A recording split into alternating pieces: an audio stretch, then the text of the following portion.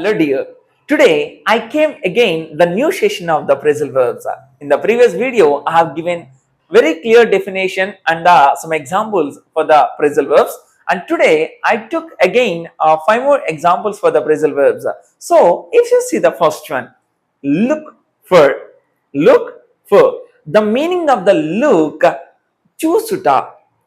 So when you add some preposition like for this look, the meaning should be changed. In English, that is called search. అంటే వెతుకుట, focus, అలానే consider, పట్టించుకునుట. ఓకేనండి. So look అంటే చూసుట అని అర్థం sir. మరి look for అంటే అర్థం ఏంటంటే వెతుకుట. The meaning of the look for is వెతుకుట. So see the examples. Are you looking for any job now? నువ్వు ఇప్పుడు ఏ జాబ్ కోసమైనా వెతుకుతున్నావా, సర్చ్ చేస్తున్నావా? సార్ లుక్ వేరు, లుక్ అంటే చూసుట సార్. ఆ లుక్కి ఫర్ అనేటువంటి ఎగ్జాంపుల్ యాడ్ చేయడం ద్వారా అది సర్చ్గా మారుతుంది సార్. అలానే ఇంకొక ఎగ్జాంపుల్ చూస్తే కనుక, are you looking for any particular work? నువ్వు ఏదైనా ఒక వర్క్ పైన ఫోకస్ చేస్తున్నావా? ఇలాంటి సందర్భంలో యూజ్ చేస్తూ ఉంటాం sir. So see the second example, bring up. సరే, యాక్చువల్గా బ్రింగ్ అంటే అర్థం ఏంటంటే తీసుకువచ్చుట అని అర్థము. అప్ అంటే పైన. సార్ మరి పైన తీసుకొచ్చుట అని అర్థం కాదు సార్ దానికి. ఆ బ్రింగ్ అప్ అంటే అర్థం ఏంటంటే పెంచుట.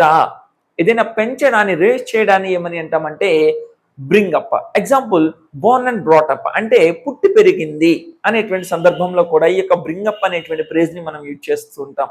ఓకేనండి. See the examples. Is uncle brought up him. అతని అంకుల్, వాళ్ళ యొక్క అంకుల్ అతన్ని పెంచాడు, పెంచి పెద్దగా చేశాడు అనేటువంటి సందర్భంలో యూజ్ చేస్తాం. So next example, if you see walk out. Sir walk అంటే అర్థం ఏంటంటే నడుచుట.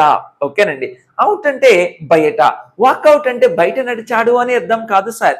సార్ వాక్అవుట్ అంటే లీవ్ సడన్లీ. ఏదైనా ఒక మీటింగ్ నుండి కానీ, లేదంటే ఒక ఆఫీస్ నుండి కానీ సడన్ గా లీవ్ అవ్వడాన్ని మనం వాక్అవుట్ అని చెప్పేసి అంటూ ఉంటాం. అంటే విడిచి వెళ్ళుట. See the example, he walked out from the meeting. He walked out from the meeting. అతను ఆ మీటింగ్ నుండి విడిచి వెళ్ళాడు. ఓకేనండి, సడన్ గా విడిచి వెళ్ళడం జరిగింది. See the next example, look for. Sir ఒకసారి జాగ్రత్తగా అబ్జర్వ్ చేయండి. ఇక్కడ లుక్ అంటే చూసుట, ఇక్కడ కూడా లుక్ అంటే అర్థం ఏంటి? చూసుట. But when you add that preposition for this look, here I added for, here I added after.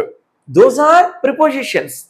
Okay, when you add for, the meaning is in English search, in Telugu vetukuta, and coming to this look after, when you add after for the look, the meaning is in Telugu English take care.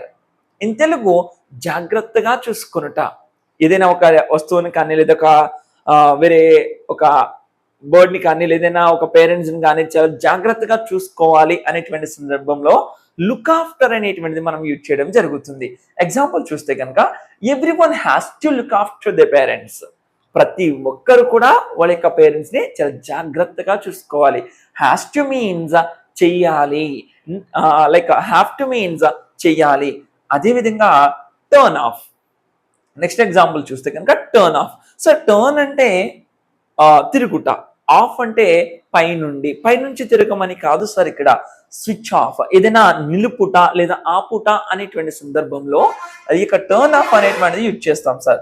Please you turn off the fans. Please you turn off the fans. నువ్వు దయచేసి యొక్క fans ని of చేసేసే. ఓకేనండి. So ఇలా ప్రతి phrasal verb అనేటువంటివి కూడా ఒక వర్బ్ కి ఒక ప్రిపోజిషన్ కానీ, అడ్వర్బ్ కానీ యాడ్ చేయడం ద్వారా దాని యొక్క కంప్లీట్ మీనింగ్ ని చేంజ్ చేసుకోవడం జరుగుతుంది. ఈ యొక్క ప్రెజల్ వర్బ్స్ అనేటువంటి యూజ్ చేస్తూ లాంగ్వేజ్ మాట్లాడడం ద్వారా మన లాంగ్వేజ్ అనేటువంటి చాలా అద్భుతంగా ఉండడం జరుగుతుంది. ఓకేనండి. So for more videos channel ని సబ్స్క్రైబ్ అండ్ షేర్ చేయండి. Thank you so much.